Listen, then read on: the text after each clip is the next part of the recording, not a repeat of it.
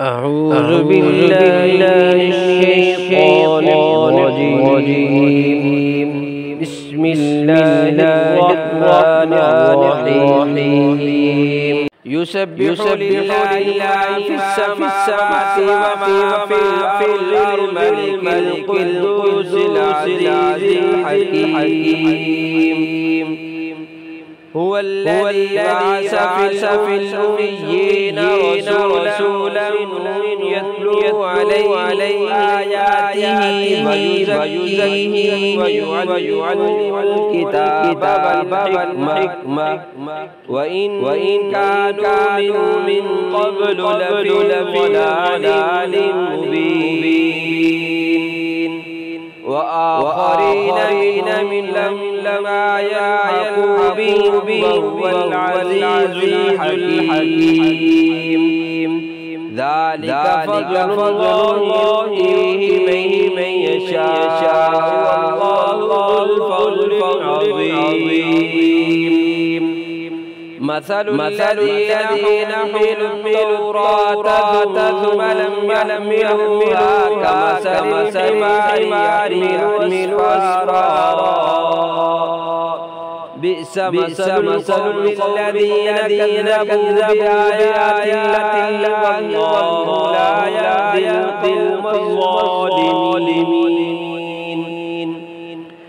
قل يا أيها الذين هادوا إن زعمتم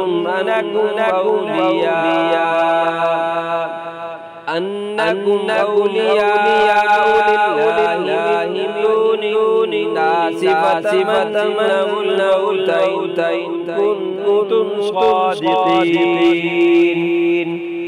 ولا يتمنونه أبدا بما قدمت أيديهم والله عليم بالظالمين. قل إن الموت الذي تفرون منه فإنه ملاقيكم ثم تردون إلى عالم الغيب والشهادة فينبئكم بما كنتم تعملون. يا أيها الذين آمنوا إذا نودي للصلاة من يوم الجمعة فاسعوا إلى ذكر الله وذروا البيع.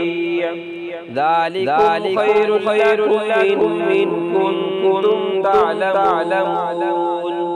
فإذا قضيت الصلاة فانتشروا في الأرض وابتغوا من فضل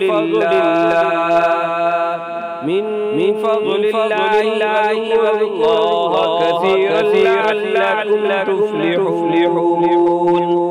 وإذا رأوا تجارة أو انفضوا إليها وتركوك قائما. قل ما عند الله خير